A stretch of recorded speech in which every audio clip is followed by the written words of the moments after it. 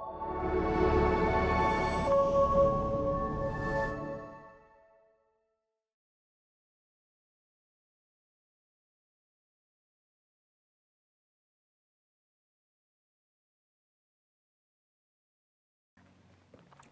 everyone, and thank you for tuning in to another episode of the Hold On to Your Heart Project podcast. My name is Jackie and I'm the host. Today I'll be speaking with Steph, who has recently went through a divorce and is now blazing a path in her newfound freedom.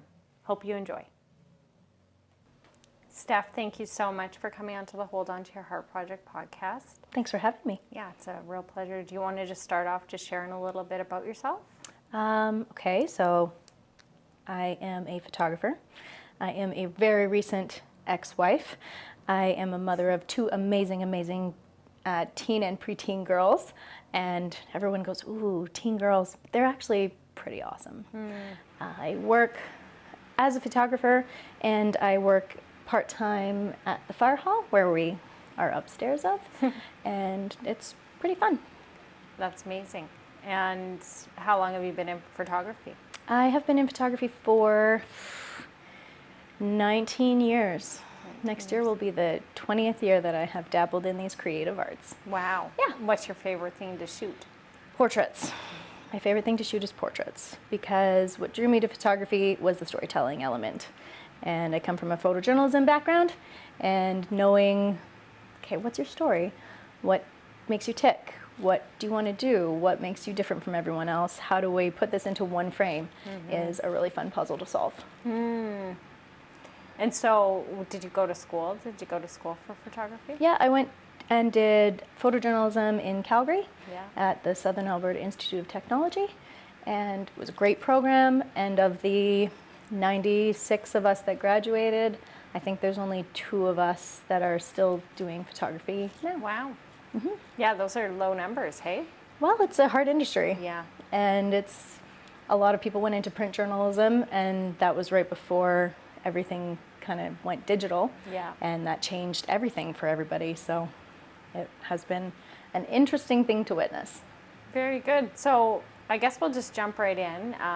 You know, the name of the podcast being Hold On to Your Heart. When you think of that, what do you think of holding on to your heart? So when I think about hold on to your heart, I think about navigating, learning boundaries and learning how to give away less of myself instead of just constantly trying to people please and do what's expected of me and follow the mold and not shake tradition. And in learning to hold on to my heart, that has been a pretty crazy transition to go from, no, yeah, I can do it, I'm happy to do it, to, no, you know, I think I'm going to hold back on this one a little bit. And I think I want to listen to what I want to do instead of what's expected of me. Do you have like a certain experience that could kind of uncover some of this for you? Or the first time where you really realized I really got to hold on to my heart, I got to set these boundaries and not give so much of myself away? Well, I think that's something that people learn every day, hopefully. But for me, I grew up in a very religious, traditional family. We lived off-grid and didn't have electricity or running water, indoor plumbing, or anything until I was 17. My sister and I were homeschooled, and so very conservative background. If Little House on the Prairie was populated with quads and guns and camouflage, that is where I came from. Wow. And my one friend likes to say that I was raised Rapunzel style in a dark farmhouse. Oh my God. But my upbringing sort of created this box of, this is how we behave. My parents were both youth workers. Anytime anything was going on with my sister or myself, we would hear, do you know what, this isn't a problem. The problem is these kids have actual problems and you need to be grateful for what you have. And we help people, so you need to get on board because your problems aren't as bad as theirs. So we learned really quickly that we had to just swallow it, and that, we'll count our blessings. It could be worse. So that expectation of you're going to be fine, you have a roof over your head, you have 2 parents that love you, you have everything going for you, we're just having an adventure over here, get on board, was an interesting programming to grow up with. And to go, okay, well, I guess I'll be fine and I'll deal with it later, and I will help everyone else first because I'm fine. I don't have anything that I can say that's worse than this, so. Just basically unvalidated and kind of stifled down. A little bit. Yeah. As long as you were smiling and on board with what the family was doing and not making any waves and doing what was expected of you, everything was totally fine. What was that experience like growing, so you grew up with like no power? What was that like? Dark Yeah. and cold. It sounds crazy to people that, have just walked into a room and flicked on a light switch their entire life, but we had a wood stove, we had propane lighting, we would throw a couple jerry cans on the quad and go down to a spring, get water, come back, boil it on the wood stove. It was just what we did. Wow. And it wasn't as outlandish as it kind of seems, because we were 8 and my sister was 6 when we moved out there. Yeah. And it became pretty normal pretty fast. So And did you have lots of tasks then? many tasks, Yeah. yes. And being homeschooled, we didn't have a school to get away from it. My mom would say, okay, well, you're learning home ec and we're going to cook dinner. And you better learn how to do this because you suck at math. So maybe one day you can be a good housewife. So come over here and learn how to stuff a turkey. Or we're going outside to slaughter the turkey. This is biology. This is how we learn this. Or you need a PE class. We're going to chop 9 cords of wood. So it was a lot of work. Yeah. It was a lot of work, but that you earn your place in this crowded world, and that is just what we did. And probably did give you so many really good qualities that are maybe just not as conventional to a lot of us. Like me, I would be like, oh my gosh, what a different, it blows my mind to think about even just being homeschooled, right? Yep. And yeah, just its own set of conditioning, and you're really in the thick of it with your family of origin, right? There's no denying that. That's exactly what it's like. And I'm pretty, but I can kill my own food. Yeah. And in an apocalypse type situation, I'm kind of a Swiss Army knife because that's how we lived for so long. Yeah. But it makes you a strong person because you don't really have a choice. And when you say religion, was religious background? Was there a certain faith that you Yeah, followed? we grew up in a Christian house, and that was a bit of Alliance, and then a bit of Pentecostal, and then a bit of interdenominational, traditional Christian upbringing with the purity culture. And here's the expectation of how you should be, and you will be raised to submit to your husband and have a family and do all of these things. And that is what we've done forever, and that is what we will continue to do. And here we are. And is those how the conversations would pan out? Is it kind of when you say it like that, was it kind of how it just was what it was? It was the way what it was, is. and Yeah. we didn't really, there wasn't really another option. We didn't listen to a lot of secular music. My ex-husband calls that time my blackout period because somebody will make a Friends reference and we didn't have electricity. So I have no idea what they're talking about. Or, that one Seinfeld, that. No, I have no idea because that entire 1992 to 2000 pop culture didn't exist. There's no TV. There's no radio unless if you're listening to CBC. There's nothing. There's books. And there's trees, and there's nature things, and there's animals. So that's why I'm so quiet and socially awkward. So I guess we were kind of talking about, holding on to your heart and creating those boundaries. So you were explaining that was kind of the start, I guess, of shaping you into kind of not having them, right? This is the way it was, and boundaries and what you wanted, and giving yourself too much, it didn't matter then, Yeah, right? because that's just what we did. We are helpers, we help people. And that has been really good, I think, because not a lot of people still maintain that we're going to help everybody and how can I do this for you? Or if somebody needs something, I'm going to show up, because it wasn't an option to not show up. But when it starts to become martyrdom and it's at the expense of everything inside of you that's screaming at you that you can't do this anymore, that's where it gets tricky. And that's where the holding on to your heart part comes in. Because in learning to say, no, I'm not going to do this anymore, that has been a bit of a journey over the last year. Do you want to kind of share a little bit about what's been going on for you? Sure. So I am the first person in my entire family line to ever get divorced. And that also seems a little bit wild because it's a pretty common thing. I mean, you walk into a classroom and, 5 out of the 6 kids that are in there all come from broken homes or know somebody who has. But my grandparents just celebrated their 70th wedding anniversary.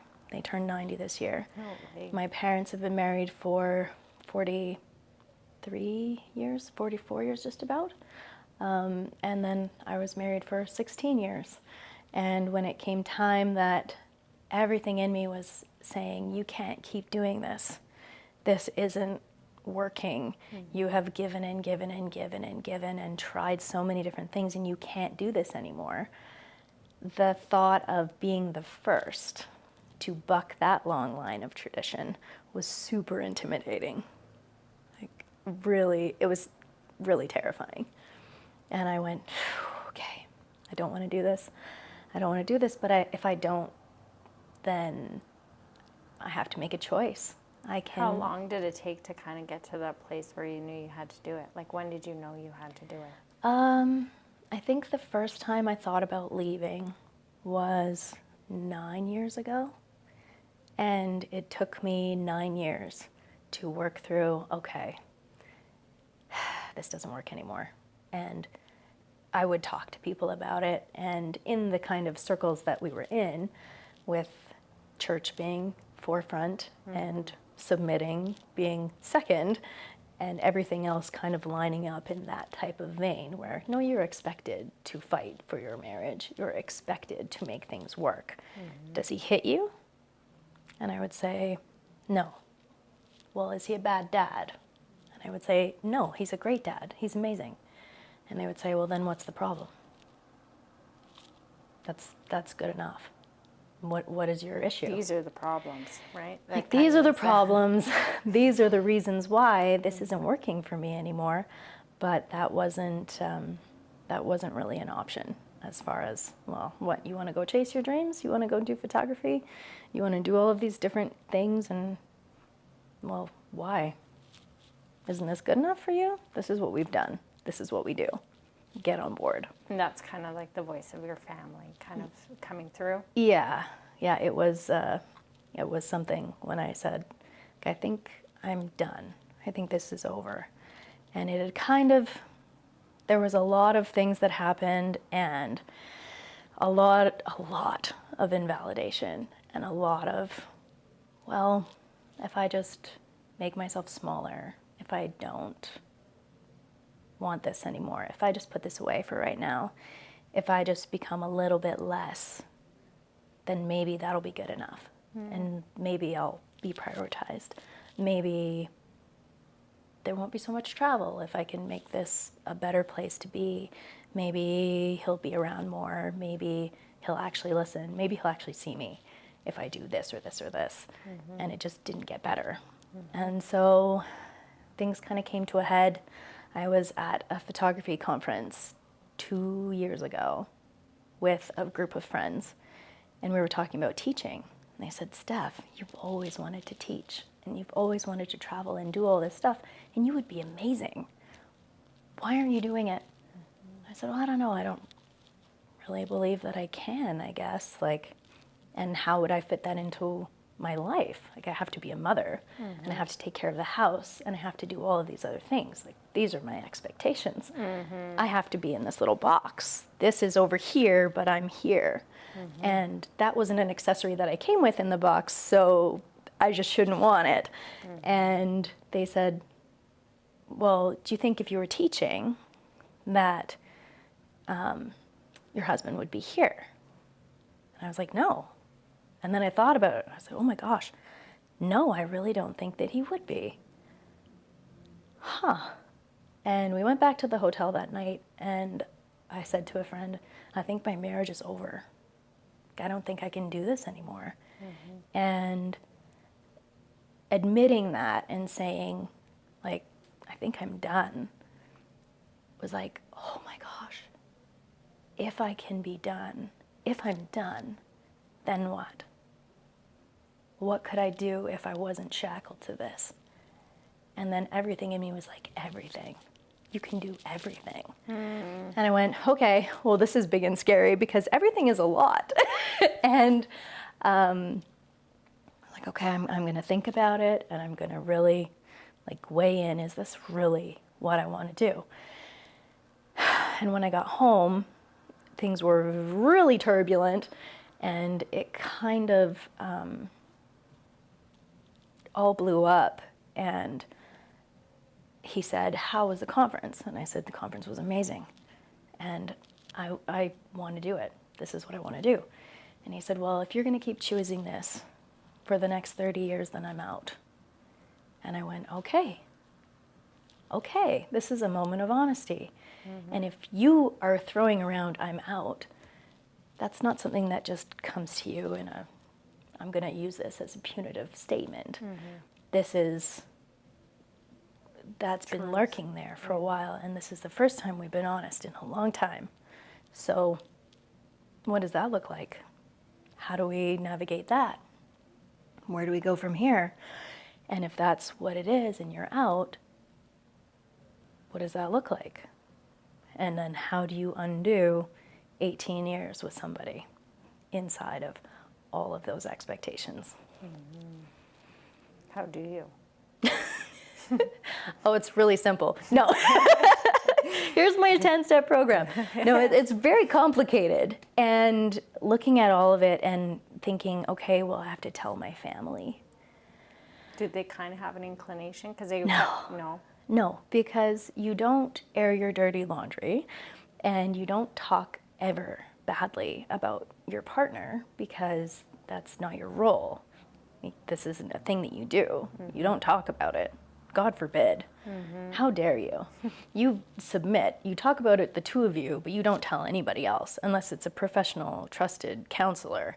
And if it's a professional, trusted counselor, you need to insert the word religious in there. Otherwise, it's just new age, wackadoodle nonsense.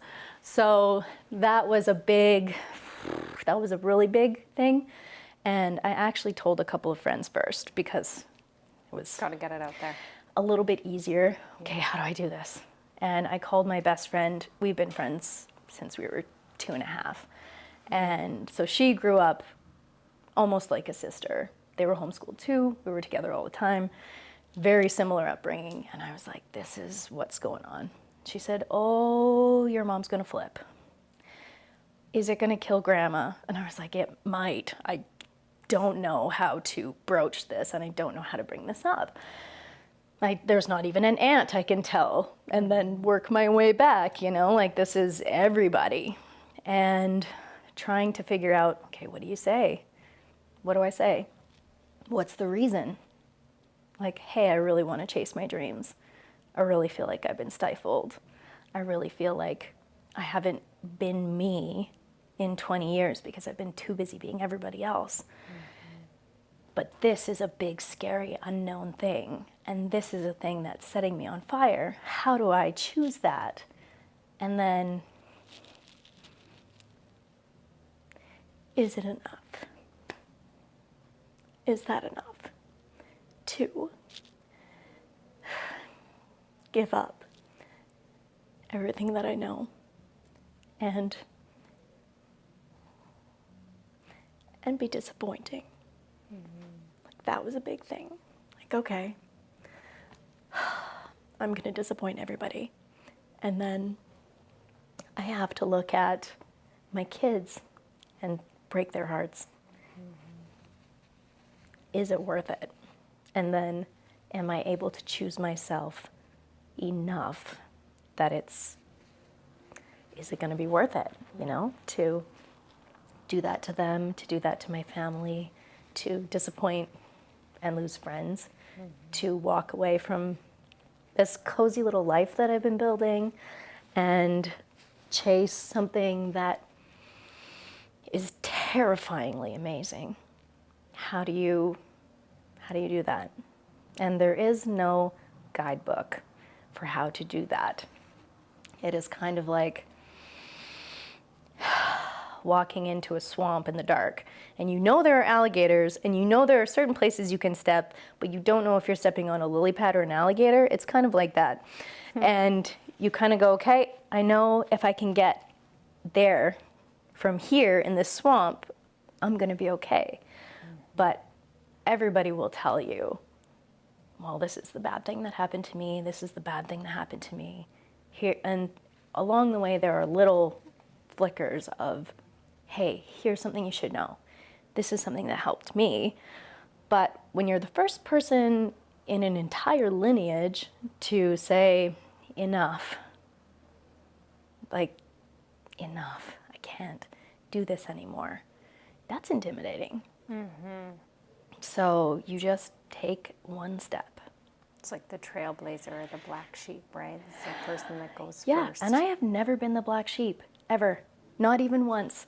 I didn't have a rebellious phase. I didn't have a party girl phase. I did everything the way I was supposed to. Like, I met a boy, and we courted, and everything was fine, and then we got married, and I waited till we got married to have sex, and I didn't do drugs, and I wasn't drinking all the time, and it was so clean cut, and everything was exactly the way it was supposed to go.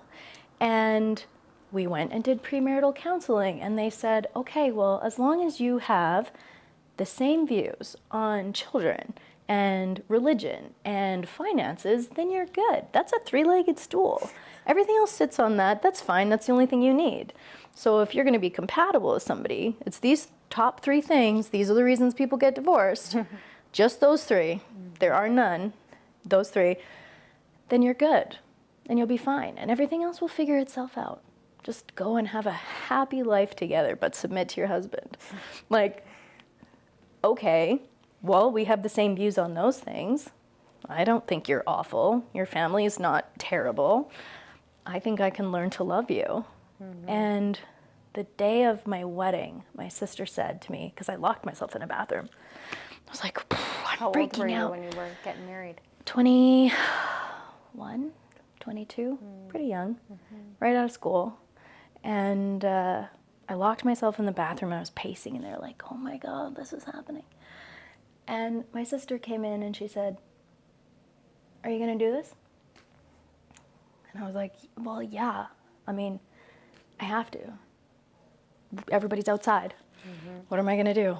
I'm like having a panic attack in a handicap stall. And my best friend came in and she's like, look, your grandma is sitting in the sunshine, and we're going to be having a wedding and a funeral if you don't get out here. This is the happiest day of your life. I was like, this is not the happiest day of my life. I am having a moment. And she said, well, like, we got to go. Like, it's time. We need to go now. And my sister said, like, I don't know if he's the one for you, because that's what you chase, right, is the one. And I said, well, we have the same views on these things, and this is my version of an arranged marriage for myself. And I will learn how to love him, and I will learn to be the world's best wife, and I will do all of the things that are expected of me, because I was born for this. This is what it is. I've been in training. Yeah. I've been in training my whole life. Suck at math, but I can stuff a turkey, so I can do this. And that was that. Like, I had never been the black sheep. So this was the first time where I was the one that everyone was like, wait, what? You're going to do what? We don't do that. We don't do this. And when I told my parents, my mom said, don't you just think that maybe what you need is to just set it down. And don't you think that God could take this tiny broken thing and make it whole?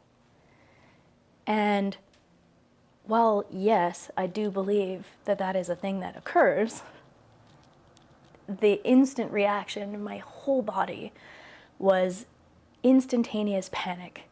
And I said, Mom, you cannot put me back into a cage with that man. I will not go. And I am out now and I am not going back in. And she said, well, it's nice that you think that, but we should talk about it. I was like, I don't want to talk about it, because everything in me finally feels like I'm on the right path. And all of my nerves, while they are afraid and fragile and exposed, are firing at like another level. And I cannot go back because I've tasted what this freedom is like, and I'm not going to go back into that cage. That's so powerful. It was very scary. It was very scary. And I was reading in preparation for this, because we had chatted a little bit yesterday. I went, okay, well, I should go back to the beginning. And I'm quite coming from, being homeschooled, not having TV, and doing lots of reading and writing. I'm quite an avid journaler.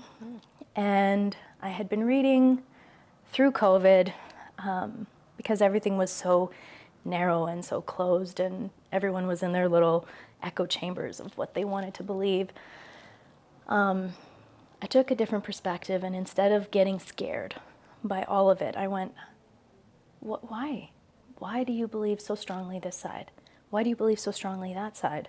I want to be curious. I don't want to be scared. And so I went to the bookstore and asked my lovely little bookmonger friend to find me some books that would challenge my perspectives. And I said, you are opposite from me politically, religiously, all of the things. Find me some books that I can read, because I'd really like to challenge myself to listen to voices that aren't mine. I don't want to be stuck in an echo chamber. I don't want to be so narrow-minded and so closed off that I lose sight of how amazing humanity is. And at the beginning of the end of all of this, I was reading Untamed by Glennon Doyle. Have you read this book? Yes, I have. It is a wild ride, and was one of the books that she recommended. Not something I would normally pick up, especially considering my background and upbringing and that sort of thing. But there was a line in her book that really stood out. And I thought about it, and I thought about it, and I wrote it down because it was something that I wanted to think about. And the first page of this book, which is the journal of the beginning of the end, the first thing that I wrote down in it was that quote. And it is, there is a life meant for you that is truer than the one you're living. But in order to have it, you will have to forge it yourself. And only you can bring it forth, and it will cost you everything. And the idea of living a life that was truer than the one that I was in, something that fit me better, was terrifying, but I couldn't shake it. And when everything started to fall apart, I went, okay. So the pieces shatter. You put them all down, all the pieces shatter, maybe they go back together in the right order. And everyone was going, well, what are you going to do? Like, what are you going to do? That is your income and your house and all of your provision and all of those things, and you're going to give that up for what? Like, for me, I'm not leaving him for someone else. I'm leaving him for me. And it was really empowering and really scary, because I'm leaving someone for myself is not a narrative that people are comfortable with. Like, oh, so you found someone else. No, I'm finding me. Like, oh, okay, well, then he is abusive. No, he's not. He's great. He's a great guy. We just don't fit anymore. And we've raised a family and grown together and done all these things together. We're really excellent roommates. We don't fight because we don't talk, but it's been very calm. It's been very normal, and it's just not enough anymore. And that was, I think, the biggest thing in going, okay, I'm gonna end an 18-year relationship and break all of these hearts, and on the other side of it, come out as what I'm really meant to be. And if I can't be what you want anymore because I can't live this life anymore, then you deserve something else too. I can't hang on to it because he deserves to be loved the way that he needs to. And I deserve to be loved the way that I need to. And this isn't working anymore. So for me to stay just for expectation and for tradition and for all of those things isn't fair to me or to you. And he was like, no, like, we can figure it out. And I said, I can't. We've been trying to figure it out for all of this time. And the only thing we figure out is how to make me smaller. And I am already 5'1". I can't do that anymore. And I can't fit into this little mold anymore. I think you kind of mentioned it, but like the ways that you felt small in the relationship was kind of just like lack of validation and lack of support in your passion and your endeavors. Yeah. So anytime I would, because I dabble in a lot of projects creatively. I do a ton of things for community theater. I do stuff with the fire hall. I do a bunch of singing and different musical things. There's always something happening, and I'm my own worst enemy because I'll take on another project after another project, like chain smoking, but creatively, and don't really give myself a break because I think a lot of my childhood was based on, okay, what's your work ethic? We're going to do all these things, but you need to have a good enough work ethic. So I grew really comfortable with being wanted and being loved and being admired for what I could do instead of just who I was. So with him, a lot of it was I would take on another project and he'd say, great. Like, how many more hours is that going to be? Or, oh, great, you're going to do this thing. Well, I guess the kids don't need their mother and we'll see you when it's done. Or, oh, awesome, you're going to go and travel to all of these different places. Well, that must be nice, Stephanie. It must be nice for you to be so popular. Must be nice for everybody to know you when you go out. Must be nice, da da da da da. And a lot of it was just insecurity, but it also triggered my insecurity because then I would go, well, okay, well, maybe if I don't do this thing, but this was so fun. And look at all these cool people that I met. And they're not people I would normally hang out with. And now I have this second family. And then I do something else and meet all of these people. And it would fill my creative love tank. But if I don't do as much photography, now I'm dying. How do I create? Well, then I'll go and do theater. But now that's a problem. So then what do I move into? Well, I'll do some music. But that's also kind of inconvenient because there's other things involved. And everything I wanted to do was just a little bit inconvenient because I should stay home and be a mother. And I love my children, but I don't live for them.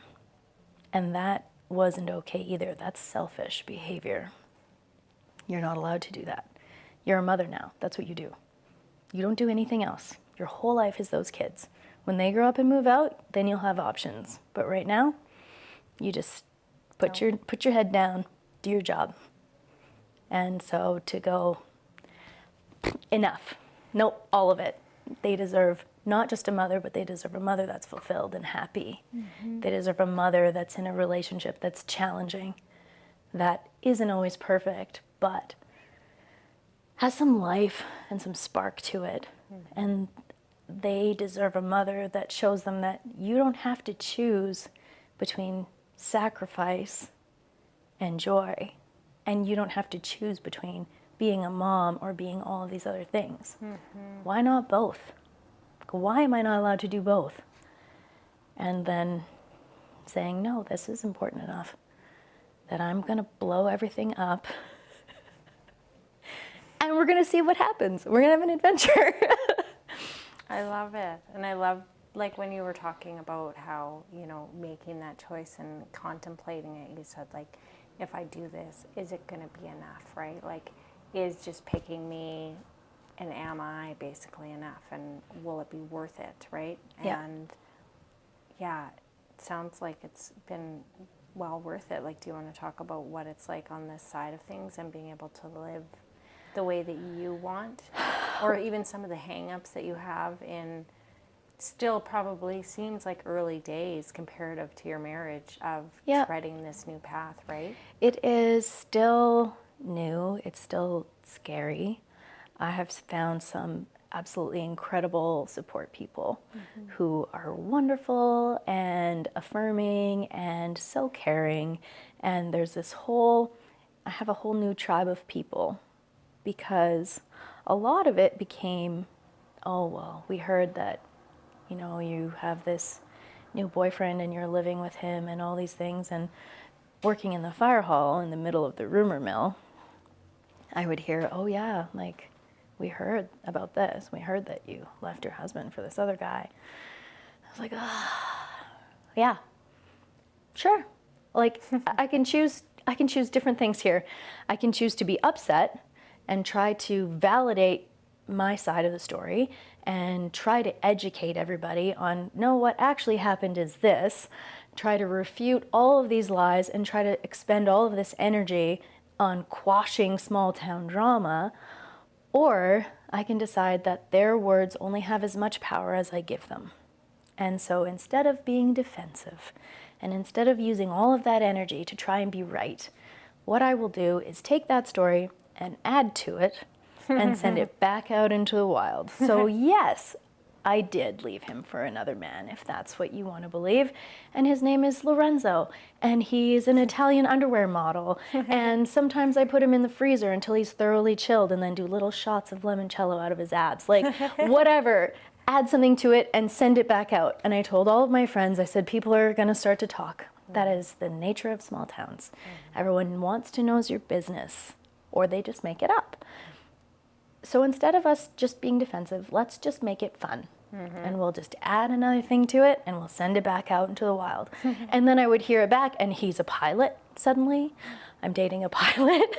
Or I'm like dating this other guy who is this famous film producer in wherever. I'm dating this guy in a boxing club suddenly. Like, all of these different elements. And it was actually fun. And so I said to my kids, because I thought it was funny, but I didn't want them to be surprised by it. So I sat them down. I said, okay, girls, look, I heard that I'm dating somebody. And they said, oh, okay. And I said, and he's living with us. They're like, what? Where? Like, well, see, this is the thing. So he's living with us, and this is what's happening. And my youngest said, oh, Dad's going to be so mad. And I was like, yeah, he'll be real surprised. He's the one that started the rumor. And then my oldest said, wait, he's living with us? And I said, yeah. She's like, that's who's been leaving those dishes in the sink. And now every time something happens at my house where a chore's not completed, they're like, it was Lorenzo. Lorenzo's the worst. He can never clean up after himself. I'm like, yeah, Lorenzo didn't do your homework, and he didn't clean your room, and he didn't do all these things. And it just took all of that sting out of it and all of that power out of it. Because I said, yeah, like, why not? Why not have fun with it? It's going to happen anyway. And everyone gets super upset about it. Why not just take the power out of it? I love that. Like, it's just words. So I will add to it and I will send it back. Because the ones that know me and the ones that love me know the truth. And if they don't care about me enough to sit with me and hold my hand and know the truth, then their opinion matters not at all. It's such a level of maturity to be in that, right?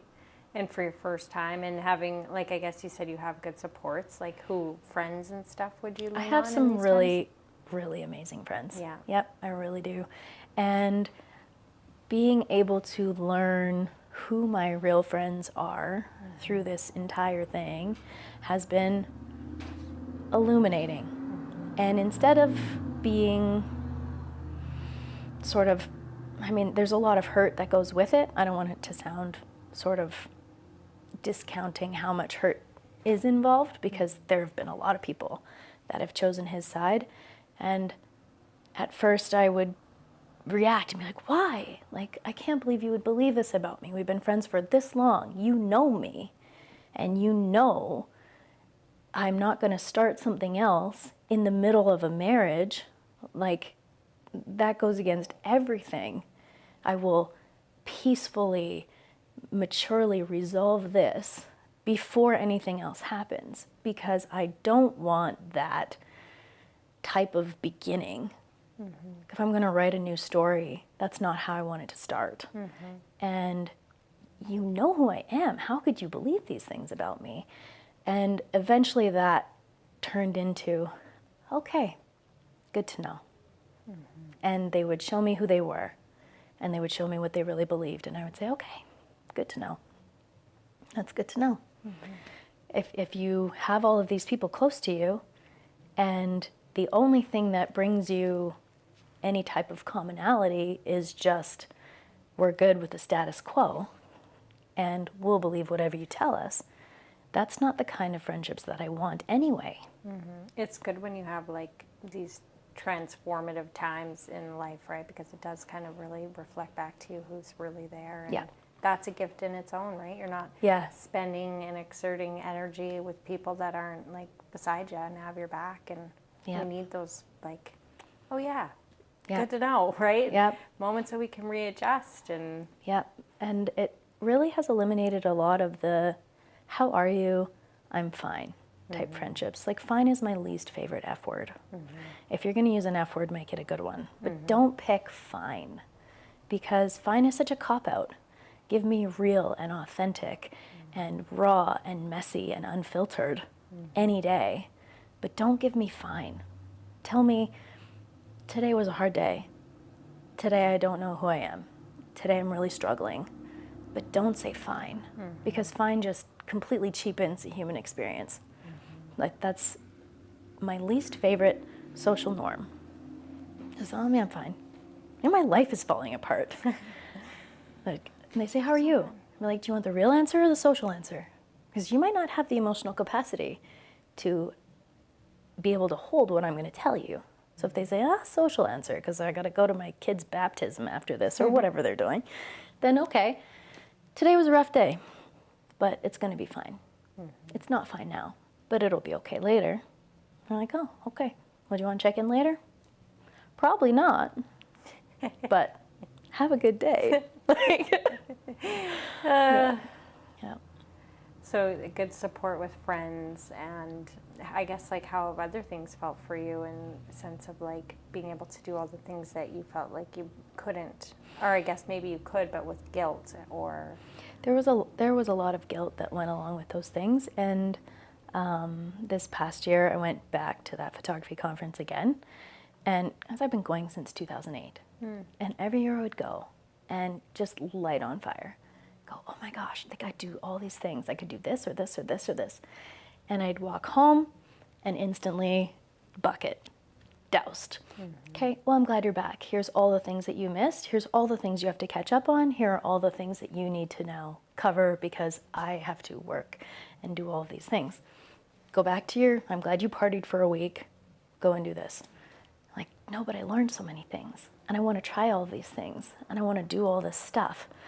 Well, that's nice. You can't do those things. And this last year was the first year where I got home and had this list of all these things that I wanted to do, and coming home to be met with, how are we going to accomplish what you want? What do you want to do? How do we push the envelope? What goals do you have? How do I help you set them? How do we do all of these things? What do you need from me to accomplish this? How can I come alongside you and help you with all of these dreams? Was a completely foreign and different experience, and going, okay, well now the world is really big. Now the world is really big and I could do all of these things. It was really cool. And it felt wrong almost because I was so used to, like, you just wait for that slap to land, right? Like verbal, emotional, mental, whatever it is. You just come home and you're like, I want to do this thing. And then it doesn't hit. And I go, okay, well, can't, like, yes, so I can. So I'm getting permission to do it. Not only permission, but encouragement. Wildly different. And then to be able to look at all of the projects that have kind of been on the back burner and go, actually, yeah, I could do that. Actually, I could do this. We could do all of these things. Why not? Instead of why do you need to? Why not? How do we do it? Completely different. Do you think your biggest hang up in it is kind of waiting for that slap, or do you yourself have, like, do you have to overcome your own mental chatter? I think my biggest problem is that there are so many things I want to do. My biggest hang up is, where do I start? And then how do I build a system for this thing I want to do? Mm-hmm. And how do I focus long enough on one thing to accomplish the thing that I want to do? And at first it was, okay, I want to do this, but I'm going to make all of these excuses because my kids need a mother, and because you need to do this, and because you also have these obligations, and because.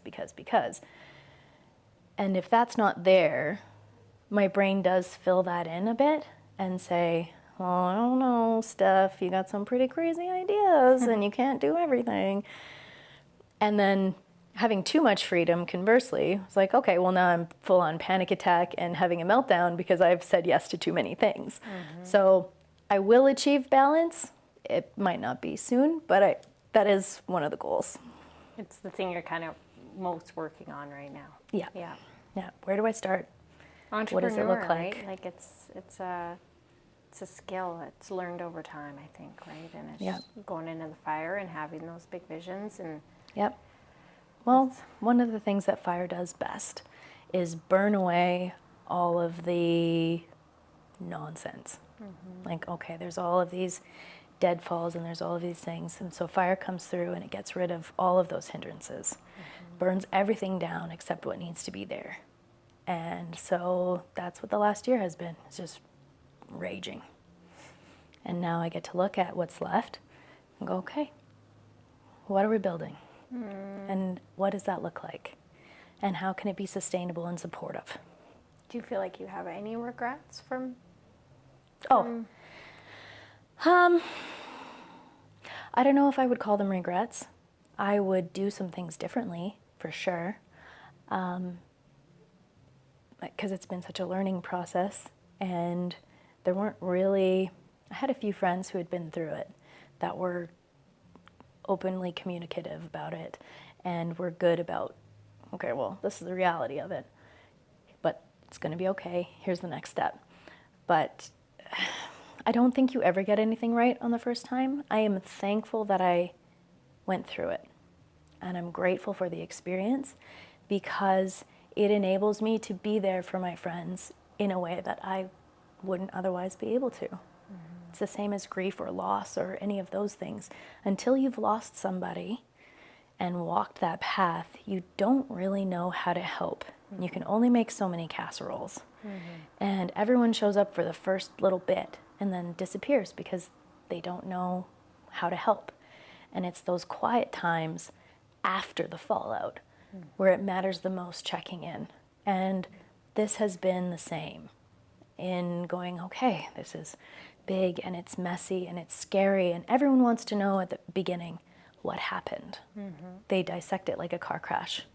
What happened in your marriage? Like, what went wrong? How can I use you as a cautionary tale so that that doesn't happen to me? Tell me all of the messy, dirty, nitty-gritty details because I have to have coffee with these 4 people tomorrow and I need to know what happened. We are addicted to the reality TV of our lives. And after the end of all of that, when it's quiet, when it's just you, And you're sitting there going, now what? Now what do I do? In those moments, I'm able to come and check in, say, hey, I was thinking about you. We're coming up to a holiday. How are you doing? How are your kids? How's your heart? What do you need? Maybe they don't know what they need.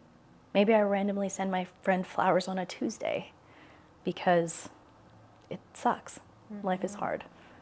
How do you check in on those people? And how do you help guide them through one of the most turbulent times of their lives? This experience has enabled me to do that.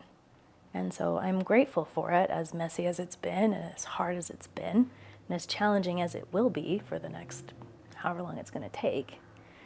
But learning those boundaries, learning how to hold on to it. Okay, this part is for me. This is what I'm going to hold through it to get me through it. Has been really good. Sounds good. Yeah, it's exciting, kind of scary. What's it like when you setting a boundary today?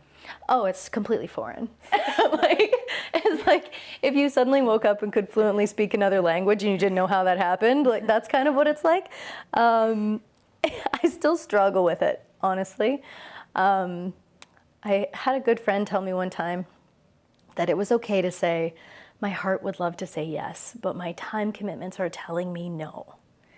And that is a thing that I try, not always successfully, to implement. Like, I've said no to a bunch of different projects because I needed space to tie up the last of the legalities, to figure out where we go from here, to figure out how to keep my kids in their childhood home.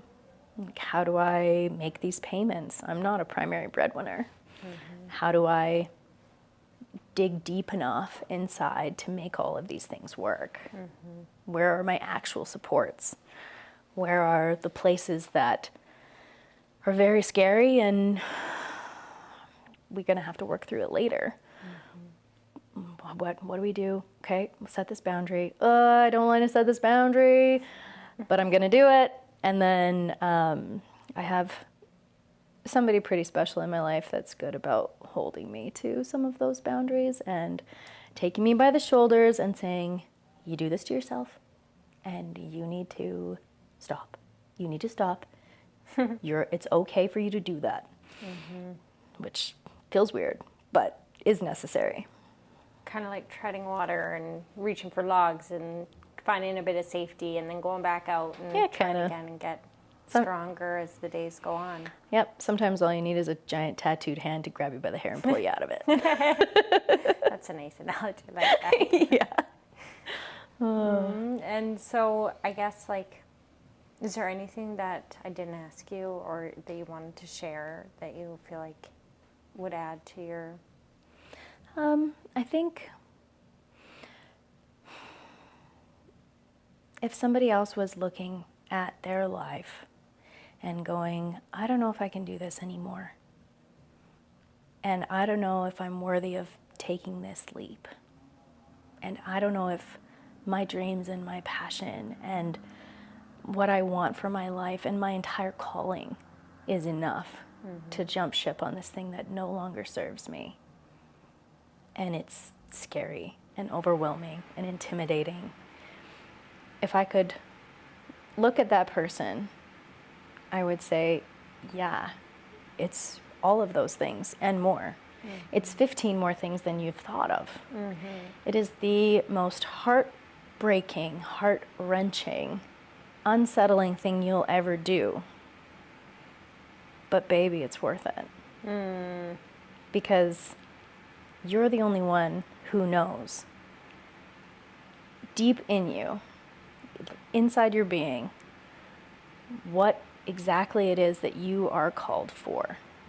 And if more of us would actually do that work to examine what unique and beautiful and precious gifts they could bring to the world, and how did that look, and how can you find that support? And if you're not finding it, it's worth it. You will find your tribe. Everything will work out. It is going to be hard and messy and scary and nasty and all of those things, and I won't discount that because it really has been. But wouldn't it just be nice to be you? And to find the people that aligned with you, and to find the people that appreciated you and valued you and called everything in you forth. Wouldn't that be worth it? If you could live the realest, truest life you've ever known and not have to be small and safe and in a box anymore. You can do hard things. Good, yeah. You can do hard things. It's terrifying. I'm like, what am I going to go stir up? This sounds too good. This is the time we put in the waiver about this is like not the advice of a professional. But really though, like really, wouldn't you want to wake up and say, I can do all of these things now? Who's going to tell me no? I mean, I can only relate in like a small way of just like that relief that you get when things are over, right? And you didn't even know how held down, right? Yeah. I didn't know how held down I felt, and then just like, oh, and then just feeling so free and so relieved and like so full of joy, and like that feeling is like, yeah, I'm gonna chase that, right? And then when you experience that, it's like makes it so much harder to never want to settle. Like you never want to settle because you're like, no, I know I've had these feelings, right? Yep. So, well, I'm glad that you went to like what you would share to someone that was listening, because that was something that I was going to ask you. So yeah, it's worth it. Lean into it. It's worth hard. it if you're feeling, to be fully seen and to be fully you and to have your experience and have that honored and nurtured and to blaze a different trail, and you know, it is worth it. And I got a lot from you sharing about that today, and I appreciate it so much. And you know, just your stance in the community, like you say, you're doing things for theater, and you're a helper and you're a giver, and you know, you're lovely in the fire hall when I see you serving, and you got a bright, beautiful face, and I think it is, you're probably you touch a lot of people's lives in the community. So thank you. I'm really happy and honored and inspired by the fact that you've chosen you, and you know, when you talk about holding on to your heart and not giving too much of yourself away or for the wrong reasons, and making boundaries, and